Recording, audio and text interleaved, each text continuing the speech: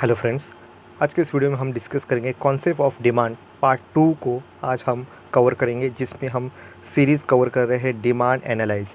जिसमें पार्ट 1 में हमने देखा था किस तरह से एग्जैक्टली डिमांड है क्या और इकोनॉमिकली डिमांड की क्या कॉन्सेप्ट अलग डिफरेंट टाइप में हम यूज़ करते हैं और जनरली हम किस तरह से डिमांड इस कॉन्सेप्ट को अलग नज़र से देखते हुए इस कॉन्सेप्ट को हमने स्टार्ट किया था। जिसमें पार्ट 1 में हमने इंट्रोडक्शन, डेफिनेशन, डिमांड के फार्मूला एग्जैक्टली कैसे है, उसके 4 एलिमेंट्स और एक एग्जांपल के साथ और एक कवर किया था कि किस तरह से एक डिमांड को कंप्लीट होने के लिए उसके 4 एलिमेंट्स को इम्पोर्टेंट फुलफिल होना ज़रूरी है। और डिटर्मिनेशन देखिए कि डिमांड एग्जैक्टली क्यों बढ़ती है, उसके क्या रीज़न है, ये हमने पार्ट 1 में कवर किया था। आज के इस पार्ट 2 में हम देखेंगे काइंड्स ऑफ डिमांड और टाइप्स ऑफ डिमांड, जिसमें individual demand, market demand, exactly market और इंडिविजुअल इन दोनों में किस तरह से डिवाइड होती है, एक पर्टिकुलर एक इंसान ने की हुई डिमांड और एक पूरे मार्केट की हुई डिमांड, इनमें क्या डिफरेंस है, और third classification of demand. In 3 topic से हम पार्ट 2 कवर करेंगे। तो इस तरह से स्टार्ट करते हैं काइंड्स ऑफ डिमांड, जिसमें फर्स्ट है price demand. Price demand exactly क्या करती है कि यहाँ पे जब मार्केट के अंदर एक कमोडिटी की जब प्राइस बढ़ती है तो डिमांड में या इंक्रीज या डिक्रीज भी होता है, या हम कहें डिमांड बढ़ती है या डिमांड घटती है। तो प्राइस ये रिलेटेड किस तरह से इन्वर्स रिलेशनशिप यहाँ पे मार्केट के अंदर प्राइस और डिमांड के बीच होती है। तो इससे किस तरह से पता चलता है, जब किसी कमोडिटी की प्राइस बढ़ती है तो डिमांड कम होती है क्योंकि वो उसकी वैल्यू बढ़ गई है, या हम कहें हमें और भी ज़्यादा मनी यहाँ पे उस कमोडिटी को लेने के लिए पैसे ज़्यादा देने पड़ते हैं, इसकी वजह से ही डिमांड कम होती है। इसका अपोजिट हम देखें, प्राइस अगर कम होती है तो उस कमोडिटी की जो डिमांड है ये बढ़ती है, क्योंकि हमें पहले से अब कम पैसे दे के वो कमोडिटी हम या हम कहें उस गुड्स को ले सकते हैं। तो इसमें इन्वर्सली रिलेशनशिप प्राइस और डिमांड के साथ हमें दिखाई देता है। सेकेंड पॉइंट बनता है इनकम डिमांड। इनकम डिमांड ये डिपेंड करती है उस कंज्यूमर की जो इनकम है, ये इनकम अगर बढ़ती है तो ये उसकी डिमांड भी बढ़ती है, अगर इनकम अगर कम होती है तो उस कंज्यूमर की डिमांड भी कम होती है। तो हमें ये पता चलता है इसमें जो रिलेशनशिप है ये पॉजिटिवली रिलेशनशिप एक्सप्रेस होता है। थर्ड पॉइंट हमें कहता है क्रॉस डिमांड। क्रॉस डिमांड इसे कहते हैं कि जो रिलेशनशिप है, जो डिमांड कमोडिटी एक्स है और जो प्राइस ऑफ रिलेटेड कमोडिटी है, इनकी जो रिलेशनशिप है ये किस तरह से प्रेजेंट होता है, इससे डिपेंड करती है। जो अगर हम मान लेते हैं हम कंज्यूम करते हैं कमोडिटी एक्स और हम कहें कि हमारी जो कमोडिटी वाई है इसकी अगर प्राइस कम होती है तो हम कमोडिटी एक्स को छोड़ के कमोडिटी वाई से हमारी जो नीड्स है ये फुलफ़िल करने की कोशिश करते हैं। तो इससे क्रिएट होती है क्रॉस डिमांड, जो एक्सप्रेस करती है एग्जांपल पेप्सी की अगर प्राइस बढ़ती है तो हम कोक को हम यहाँ पे कंज्यूम करते हैं और हम डिमांड कोक की इंक्रीज़ करती है। जहाँ पे पेप्सी की प्राइस बढ़ी है इसकी वजह से उसकी डिमांड कम हुई, बट कोक की यहाँ पे प्राइस में कुछ भी चेंजेस नहीं होने के साथ साथ उसकी डिमांड बढ़ती है। तो इसे क्रॉस डिमांड कहा जाता है। फोर्थ है जॉइंट डिमांड। जॉइंट डिमांड इसे कहा जाता है जहाँ पे किसी भी यहाँ पे जो कमोडिटी है ये अपनी ज़रूरतें पूरी करने के लिए एक से ज़्यादा यहाँ पे हम डिमांड करते हैं, गुड्स को लेते हैं और उसे फुलफ़िल करते हैं।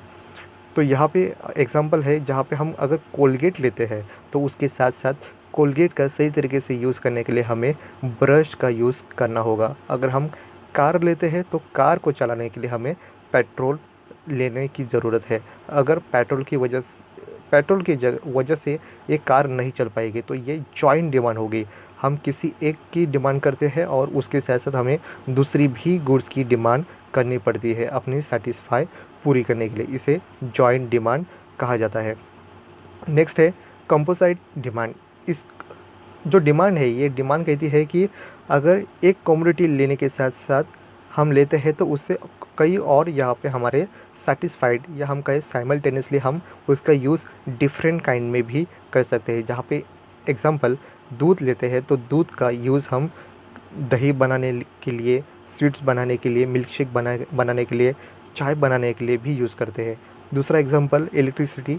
इलेक्ट्रिसिटी से हम फ़ैन भी चलाते हैं, ट्यूबलाइट चलाते हैं, फ्रिज लेते हैं, गीज़र चलाते हैं। इन सभी का यूज़ इलेक्ट्रिसिटी के बिना नहीं हो सकता।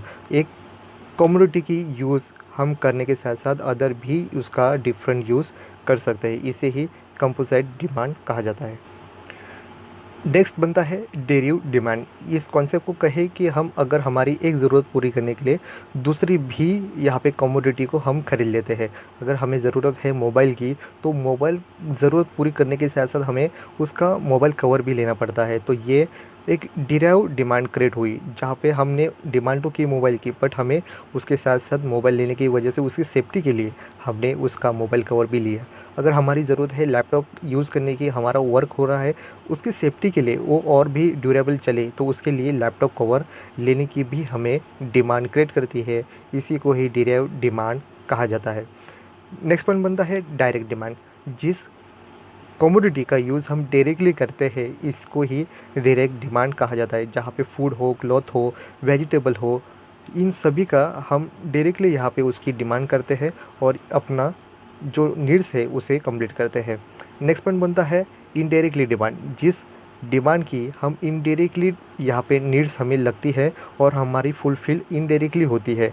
जहाँ पे अगर हम मान लेते हैं कि प्रोडक्शन अगर किसी गुड्स का करना है, तो उसकी जनरेशन करने के लिए हम अदर इनडायरेक्टली यहाँ पे डिमांड करते हैं, जहाँ पे प्रोडक्शन फैक्टर माने जाते हैं, जहाँ पे लैंड, लेबर, मशीन, इनकी जो इक्विपमेंट है ये करने फुलफ़िल करने के लिए हम इसकी इनडायरेक्टली यहाँ है। नेक्स्ट पॉइंट है अल्टरनेटिव डिमांड। एक सेटिस्फाइड पूरी करने के लिए हम डिफरेंट अल्टरनेटिव या ऑप्शन को चूज़ करते हैं, उसको ही अल्टरनेटिव डिमांड कहा जाता है। अगर हमें चाय पीनी है, बट चाय हमें अगर नहीं हमारे पॉसिबल, तो हम उसका यूज़ कॉफ़ी से भी उसकी हमारी ज़रूरतें या हमारी सेटिस्फाई पूरी कर सकते हैं। जिसको टी के बिना हम कॉफ़ी का भी एक ऑप्शन क्रिएट करते हैं, जिसको अल्टरनेटिव डिमांड कहा जाता है। अपोजिट उसके और एक एग्जांपल लेंगे तो बर्गर अगर हमें नहीं मिलता है, तो उससे हमारी जो नीड्स है ये पूरी करते हैं हम पिज़्ज़ा के साथ। तो ये एक अल्टरनेटिव डिमांड हुआ है, जिससे हमें बर्गर भी चल सकता है और पिज़्ज़ा भी चल सकता है, चाय भी चल सकती है, कॉफ़ी भी चल सकती है। एक अल्टरनेटिव डिमांड क्रिएट करती है, इसको ये डिमांड कहती है। और जो लास्ट है वो कहता है कंपैरेटिव डिमांड। कंपैरेटिव इस कंपटीशन से रिलेट करता है, जहाँ पे एक जो हमारी कमोडिटी है जिसको हम कंज्यूम करने वाले हैं, उसके अलावा और भी क्लोजली उसके जो अदर सब्स्टिट्यूट होते हैं, उसको कंपैरेटिव डिमांड कहा जाता है। जहाँ हमें पेप्सी या कोक भी चल सकता है। जहाँ पे एक एग्जांपल और भी है, जहाँ पे जियो का नेटवर्क यूज़ करे या वोडाफोन एयरटेल का करे, इनका भी एक कंपैरेटिव मार्केट के साथ साथ हम डिमांड क्रिएट करते हैं, जहाँ पे उसका जिस तरह से यूज़ हो, जो और भी बेहतर तरीके से हमें मिले, ये कंपैरेटिव डिमांड, या हम कहें बेहतर तरीके से किस तरह से कंज्यूमर को डिमांड क्रिएट करे, इसको कंपैरेटिव डिमांड कहा जाता है। नेक्स्ट पॉइंट बनता है डिमांड के टाइप्स ऑफ डिमांड। ये टाइप्स दो तरह के होते हैं, एक होता है इंडिविजुअल डिमांड और सेकेंड होता है मार्केट डिमांड।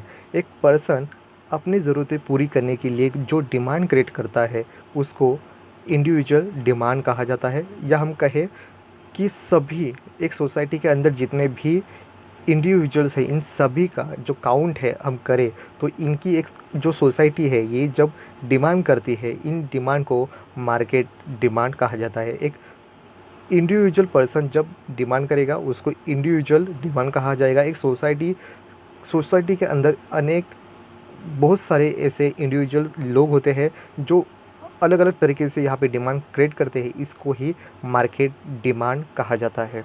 तो इन दोनों का जो रिलेशनशिप है, हम कहें कि एक इंडिविजुअल एक स्मॉल लेवल पे एक डिमांड क्रिएट करती है और मार्केट एक लार्ज लेवल पे डिमांड क्रिएट करती है, और इससे ही मार्केट के अंदर डिमांड क्रिएट होने की वजह से ही इकोनॉमी के अंदर फ्लक्चुएशन क्रिएट होते हैं और उस कंट्री की इकोनॉमी ग्रोथ करती है।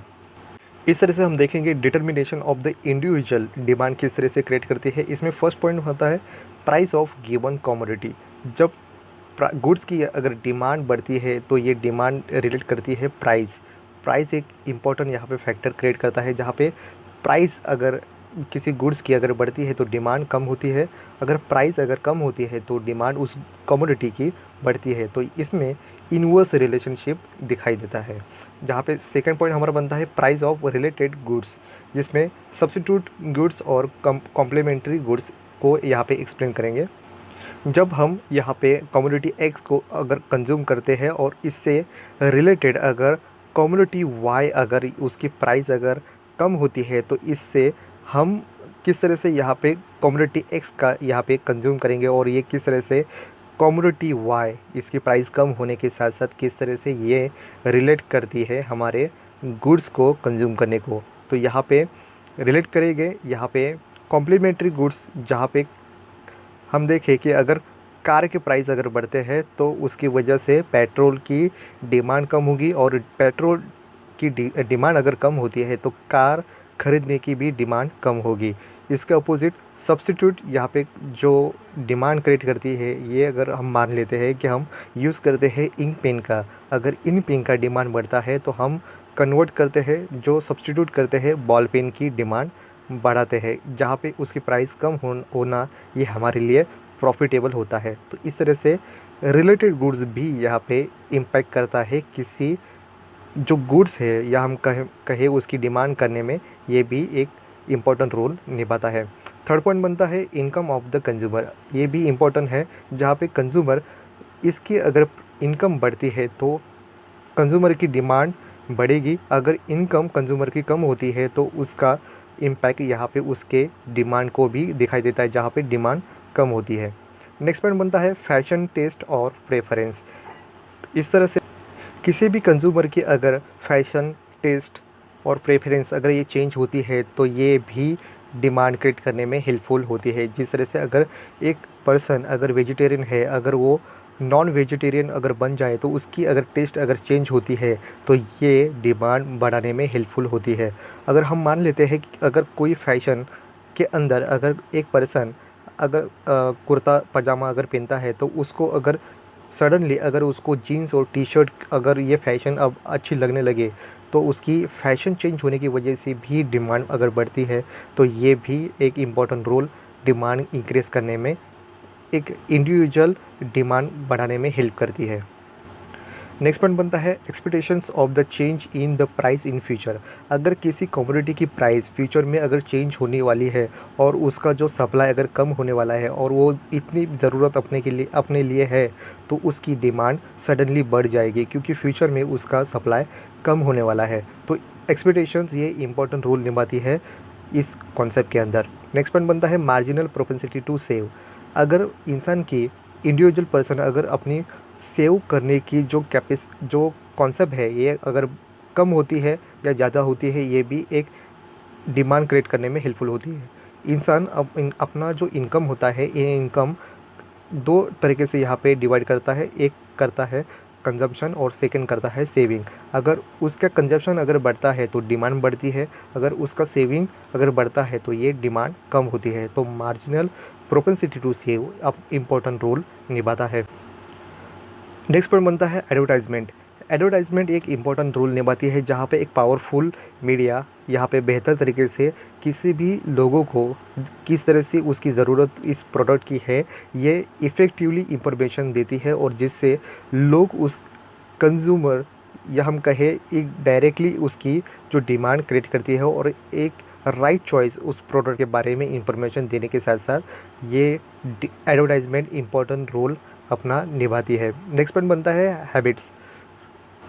लोगों की आदतें ये डिमांड क्रिएट करने में और भी बेहतर और इफ़ेक्टिव माना जाता है, जहाँ पे लोगों को चाय पीने की अगर आदत हो, कॉफ़ी पीने की आदत हो, पान खाने की आदत हो, कई लोग तंबाकू, सिगरेट और अल्कोहल भी यहाँ पे लेते हैं, तो इसकी एक डिमांड क्रिएट होती है जो लोग अपनी हैबिट को नहीं छोड़ते हैं, और इसकी वजह से ही ये डिमांड क्रिएट करती है। नेक्स्ट पॉइंट बनता है जो लास्ट है कस्टम्स एंड फेस्टिवल्स। लोग अपने इस कस्टम्स और फेस्टिवल को और भी बेहतर तरीके से प्रेजेंट करने के लिए सोसाइटी को अपना जो लेवल है या हम स्टेटस इसको बरकरार रखने की कोशिश ये कस्टम और फेस्टिवल के द्वारा की जाती है।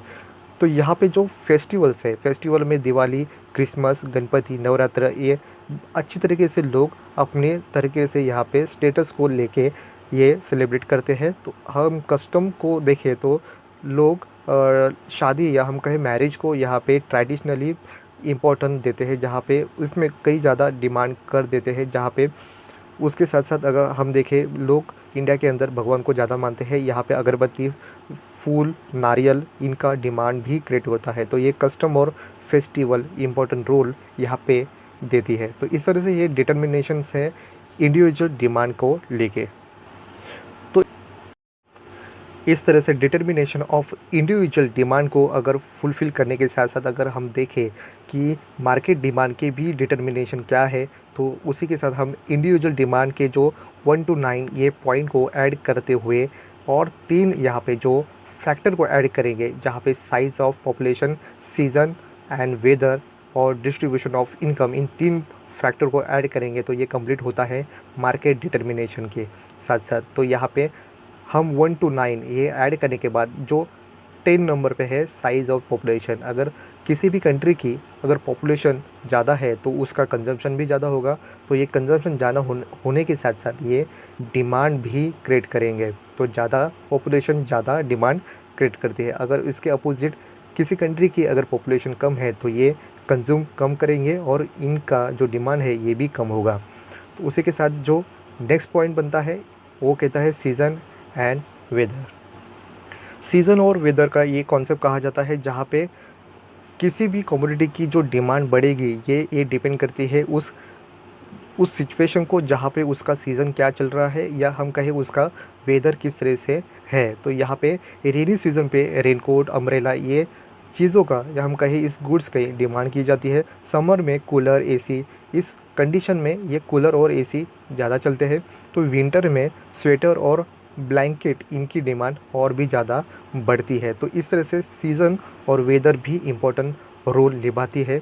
जहाँ पे लास्ट पॉइंट हमारा बनता है डिस्ट्रीब्यूशन ऑफ इनकम। अगर डिस्ट्रीब्यूशन ऑफ इनकम सोसाइटी के अंदर या हम कहें उस कंट्री के अंदर इक्वली ट्रीटमेंट करती हुई अगर होती है तो ये इनकम इम्पोर्टेंट रोल, यहाँ पे मार्केट जो डिमांड क्रिएट करती है इनमें भी इम्पोर्टेंट रोल निभाती है। जहाँ पे लोगों का डिस्ट्रीब्यूशन, उनके जो वेजेस है ये वेजेस अच्छी तरीके से और उनके हिसाब से अगर दे और उसमें इक्वली ट्रीटमेंट हो तो ये डिस्ट्रीब्यूशन सही तरीके से होने के साथ साथ लोगों की इनकम भी सही तरीके से आती है और लोगों की अगर इनकम सही तरीके से आएगी तो उनका डिमांड बढ़ेगा। तो इन 3 पॉइंट को या हम कहें 3 फैक्टर को अगर हम इंडिविजुअल डिमांड में फैक्टर के साथ साथ अगर ऐड करते हैं तो ये कंप्लीट होता है हमारा 1 to 12। ये फैक्टर को हम कंप्लीट करते हैं मार्केट के डिमांड को, जहाँ पे डिटर्मिनेशन मार्केट डिमांड किस तरह से होता है इसको भी हम एक्सप्लेन करते हैं। तो इस तरह से अगर देखें तो इंडिविजुअल डिमांड फंक्शन किस तरह से वर्क करता है, तो उसका फंक्शन ये रिलेट करता है dx is equal function of px py y t e m a h f। तो यहाँ पे dx ये demand of commodity x, f function, px price of commodity x, py यहाँ पे price of other commodity y, y यहाँ पे income of the consumer, t यहाँ पे फैशन, टेस्ट और प्रेफरेंस, e यहाँ पे expectations of the change in the price in future, m marginal propensity to save, MPS, a advertisement, h habit और यहाँ पे जो F है ये कस्टम एंड फेस्टिवल। इन सभी को इंडिकेट करते हैं इंडिविजुअल डिमांड फंक्शन के साथ साथ। उसी तरह से हम देखें तो यहाँ पे जो मार्केट डिमांड फंक्शन है ये इस तरह से बनेगा, जहाँ पे और ये 3 फैक्टर हम इंडिविजुअल डिमांड फंक्शन के ऐड कर साथ साथ 3 यहाँ पे फैक्टर ऐड करेंगे तो यहाँ पे कंप्लीट होगा मार्केट डिमांड फंक्शन। तो यहाँ पे इस तरह से होगा dx is equal function of px py y t e m a h f s w d। तो यहाँ पे dx demand of commodity, f function, px price of commodity x, py price of other commodity y, y income of the consumer, t fashion, taste और preference, e expectations of the change in the price of the future, m marginal propensity to save, MPS, a advertisement, h habit, f custom and festival, s size of population, w season and weather, d distribution of income। इन सभी factor को हम एक इन तरीके से यहाँ पे commonly अगर लेंगे तो हमारा कंप्लीट होता है मार्केट डिमांड फंक्शन। इस तरह से हम देखेंगे कि एक इंडिविजुअल डिमांड यहाँ पे क्रिएट होने के लिए किस तरह से उसकी प्राइस और उसकी डिमांड ये जो होती है क्वांटिटी को लेके किस तरह से इस टेबल के साथ हमें दिखाई देगा, जहाँ पे फर्स्ट कॉलम में प्राइस और सेकेंड कॉलम में यहाँ पे quantity demanded of the commodity जो एक्स है ये यूनिट में हम प्रेजेंट करेंगे। जहाँ पे प्राइस 4 होती है तो यहाँ पे क्वांटिटी की डिमांड 1 होती है। अगर उसकी प्राइस अगर कम होती है तो ये प्राइस 3 होती है तो यहाँ पे क्वांटिटी की डिमांड बढ़ती है, जहाँ पे कमोडिटी 2 को यहाँ पे डिमांड करती हुई दिखाई देती है। जब यहाँ पे प्राइस और भी कम होते हैं 2 प्राइस होती है तो यहाँ पे डिमांड और भी बढ़ेगी, यहाँ पे डिमांड 3 कमोडिटी को लेते हुए दिखाई देती है। अगर हम देखें कि प्राइस और भी अगर कम होती है, प्राइस 1 होती है तो यहाँ पे कमोडिटी यहाँ पे 4 की डिमांड करती हुई दिखाई देती है। तो यहाँ पे दिखाई देगा कि यहाँ पे जो प्राइस और डिमांड की जो यहाँ पे रिलेशनशिप है इन्वर्सली है। जहाँ पे प्राइस कम होगा तो यहाँ पे डिमांड बढ़ेगी, प्राइस इंक्रीज होगा तो यहाँ पे डिमांड डिक्रीज होगा। इसी को ही हम एक डायग्राम के साथ प्रेजेंट करेंगे, जहाँ पे इंडिविजुअल डिमांड इस डायग्राम के साथ हम देखें यहाँ पे डायग्राम ए डिमांड कर और बी डिमांड कर ये दोनों भी इंडिविजुअल है। यहाँ पे डायग्राम ए जो प्रेजेंट करता है एक पर्टिकुलर एक इंडिविजुअल ए का, और बी जो है ये पर्टिकुलर बी पर्सन का यहाँ पे इंडिविजुअल डिमांड प्रेजेंट करता है। जहाँ पे डायग्राम ए में जो पर्सन है ये पर्सन किस तरह से प्राइस 4 पे यहाँ पे एक कमोडिटी की यहाँ पे यूनिट्स की यहाँ पे डिमांड करता है, प्राइस 3 पर यहाँ पे 2 कमोडिटी, प्राइस 2 पे 3 और प्राइस 1 पे यहाँ पे 4 यहाँ पे क्वांटिटी की डिमांड करता है। तो उसी के साथ साथ जो पर्सन बी है ये डायग्राम बी के साथ दिखाई देगा, जहाँ पे उसकी जो डिमांड है ये डिमांड जब प्राइस 4 होती है तो उसकी डिमांड 2 होती है, जब प्राइस 3 होती है तो उसकी डिमांड 3 होती है, जहाँ पे प्राइस और भी कम होती है जहाँ पे 2 होती है तो उसकी डिमांड 4 होती है, और जब प्राइस 1 होती है तो उसकी डिमांड यहाँ पे 5 होती है। तो इस तरह से हम देखें कि एक इंडिविजुअल ए पर्सन की प्राइस को लेके डिमांड क्या होती है और जो बी पर्सन है उसकी प्राइस को और क्वांटिटी को लेके डिमांड क्या होती है। तो इन डिफरेंट टाइप से हम देखें तो इंडिविजुअल पर्सन ए और बी के यहाँ पे डिमांड मार्केट के अंदर हमें दिखाई देती है। इस डायग्राम को हम देखें तो और भी हमें समझ पाएंगे कि जिस तरह से यहाँ पे प्राइस और डिमांड इसका रिलेशनशिप यहाँ पे इन्वर्सली है और इसका स्लोप ऊपर से नीचे आता हुआ दिखाई देता है, जो लेफ़्ट से राइट से ऊपर से नीचे आता हुआ दिखाई देता है। डायग्राम के अंदर एक्स एक्सिस पे क्वांटिटी यहाँ पे यूनिट्स में है और वाई एक्सिस पे यहाँ पे प्राइस रुपीज़ में दी गई है, जहाँ पे जो स्लोप है डिमांड कर्व ये डाउन स्लोप होता है, जहाँ पे ऊपर से नीचे आता हुआ ये दिखाई देता है। तो यहाँ पे इन शॉर्टली हम देखें तो यहाँ पे प्राइस और डिमांड इनमें इनवर्स रिलेशनशिप को प्रेजेंट करता हुआ दिखाई देता है और ये इंडिविजुअल डिमांड प्रेजेंट करता है। डायग्राम ए यहाँ पे ए डिमांड कर्व प्रेजेंट करेगा और डायग्राम बी जो पर्सन बी है उसका बी डिमांड कर्व प्रेजेंट करता हुआ दिखाई देता है। तो मार्केट के अंदर इंडिविजुअल डिमांड किस तरह से होते हैं ये एक्सप्लेन करता है। उसी तरह से हम देखें तो ये जो मार्केट डिमांड टेबल है ये टेबल से और भी बेहतर तरीके से हमें समझ में आएगा कि किस तरह से एक इंडिविजुअल पर्सन और एक पूरी तरीके से एक सोसाइटी जब मार्केट के अंदर डिमांड करती है तो इसकी किस तरह से इसकी रेंज बढ़ती है। इस टेबल के साथ देंगे तो यहाँ पे प्राइस यहाँ पे 4 3 2 1 को प्रेजेंट करती हुई दिखाई देती है और एक इंडिविजुअल डिमांड जो हाउस होल्ड ए और हाउस होल्ड बी या हम कहें पर्सन ए या पर्सन बी इन दोनों का किस तरह से यहाँ पे डिमांड यहाँ पे प्राइस को लेके ये रिलेट करता है। तो इन दोनों का टोटल यहाँ पे प्राइस को लेके मार्केट डिमांड यहाँ पे हम देखेंगे किस तरह दोनों की टोटल प्राइस किस तरह से डिमांड को यहाँ पे प्रेजेंट करती हुई दिखाई देती है। टेबल ए में जो फर्स्ट है यहाँ पे जो प्राइस 4 होती है तो यहाँ पे जो पर्सन ए है उसकी डिमांड कमोडिटी को 1 है और जो बी है पर्सन उसका प्राइस 4 को लेके यहाँ पे उसकी कमोडिटी की डिमांड 2 होती है। तो यहाँ पे दोनों की टोटल करेंगे तो हम जो लास्ट वाला मार्केट डिमांड इन यूनिट्स है ये डिमांड ए और डिमांड बी जो हम कहे पर्सन ए और पर्सन बी की जो डिमांड है इनकी टोटल को यहाँ पे प्रेजेंट करता हुआ दिखाई देता है। तो यहाँ पे प्राइस जब 4 होती है तो यहाँ पे मार्केट डिमांड जो पर्सन ए और बी इनकी 1 + 2 = 3। तो यहाँ पे प्राइस 3 जब होती है तो ए डिमांड करता है 2 कमोडिटी और बी जो पर्सन है वो डिमांड करता है 3 कमोडिटी। तो इनकी 2 + 3 = 5। जो 5 ये प्राइस 3 को लेके यहाँ पे रिलेट करता है मार्केट डिमांड।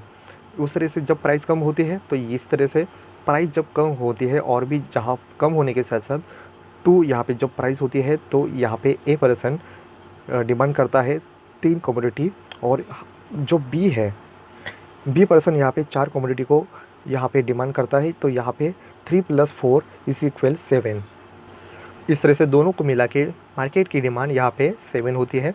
और लास्ट यहाँ पे जब प्राइस 1 होती है तो ए पर्सन की यहाँ पे डिमांड होती है 4 और बी पर्सन की होती है 5। इनका टोटल यहाँ पे 4 + 5 = 9। जब मार्केट डिमांड यहाँ पे टोटल 9 होती है। तो इस तरह से इस टेबल के साथ हमें दिखाई देता है कि जब प्राइस में चेंज होने के साथ साथ पर्सन ए पर्सन बी किस तरह से उनकी इनकम के साथ साथ वो डिमांड कमोडिटी की करते हैं और उसका जो रिज़ल्ट है ये मार्केट डिमांड में किस तरह से आता है। तो इनमें भी टेबल में दिखाई देता है प्राइस और डिमांड में इनवर्स रिलेशनशिप दिखाई देता है। तो इस तरह से मार्केट डिमांड यहाँ पे जब हम देखेंगे ये डायग्राम के साथ दिखाई देता है। डायग्राम ए बी ये दोनों भी इंडिविजुअल है, जहाँ पे ए यहाँ पे प्रेजेंट करता है ए पर्सन का डिमांड कर्व, बी यहाँ पे प्रेजेंट करता है बी पर्सन का डिमांड कर्व और जो सी है ये सी प्रेजेंट करता है मार्केट डिमांड कर्व। तो यहाँ पे तीनों भी एक्स एक्सिस पे यहाँ पे क्वांटिटी जो यूनिट्स में दी गई है और जो वाई एक्सिस पे रुपीज़ है ये प्राइस जो है यहाँ पे रुपीज़ में कन्वर्ट करते हुए ये रिलेट करता है। तो यहाँ पे जिस तरह से हमने देखा कि जो हाउस होल्ड ए है, जहाँ पर्सन ए है प्राइस 4 को यहाँ पे कमोडिटी 1 को यहाँ पे ऑर्डर करता है, या हम कहें प्राइस 3 पे यहाँ पे वो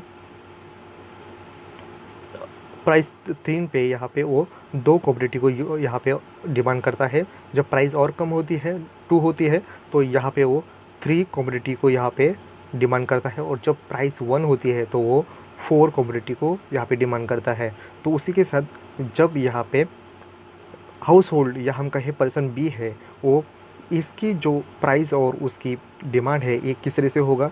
जब प्राइस 4 होती है तो वो 2 यहाँ पे कमोडिटी को डिमांड करता है, प्राइस 3 को यहाँ पे 3 यहाँ पे कमोडिटी को यूज़ करता है, तो प्राइस 2 को यहाँ पे 4 कमोडिटी को डिमांड करता है और प्राइस जब 1 होती है तो बी पर्सन 5 कमोडिटी को यहाँ पे डिमांड करता है। इन दोनों का टोटल हम कहें कि household A household B, इन दोनों का टोटल हम मार्केट डिमांड इन यूनिट्स को हम D A plus D B, ये दोनों का टोटल 1 + 2 = 3। जब यहाँ पे प्राइस 4 होती है तो इसकी जो क्वांटिटी डिमांड है मार्केट में 3 होती है, जो डायग्राम सी में प्रेजेंट करता है। जब प्राइस 3 होती है तो दोनों की जो मार्केट डिमांड है ये जब 3 होती है प्राइस तब 5 यहाँ पे क्वांटिटी डिमांड होती है।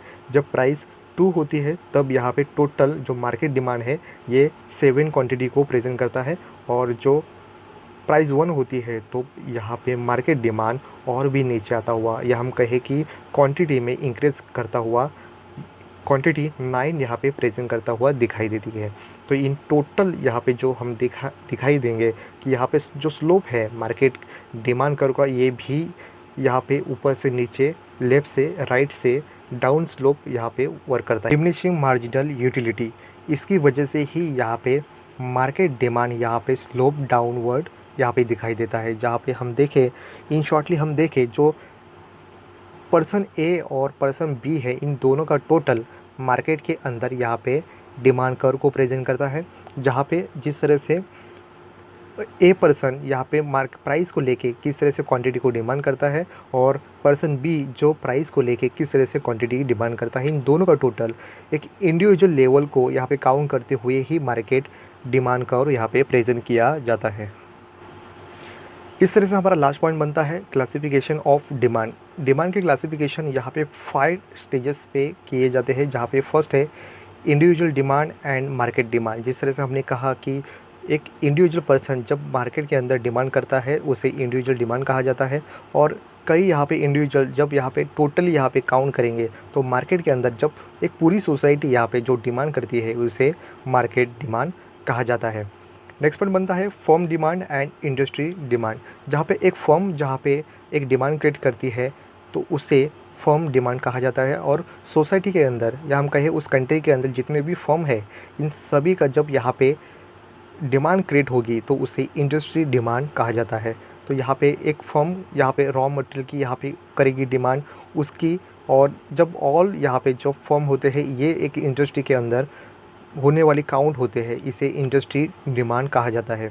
तो यहाँ पे फर्म एक इंडिविजुअल लेवल पे जब यहाँ पे किसी रॉ मटेरियल का यहाँ पे डिमांड करेगी और कई ऐसे डिमांड यहाँ पे जो फर्म यहाँ पे इंडस्ट्री के अंदर होते हैं इनकी जब डिमांड आएगी रॉ मटेरियल को लेके तो इसको इंडस्ट्री डिमांड कहा जाता है।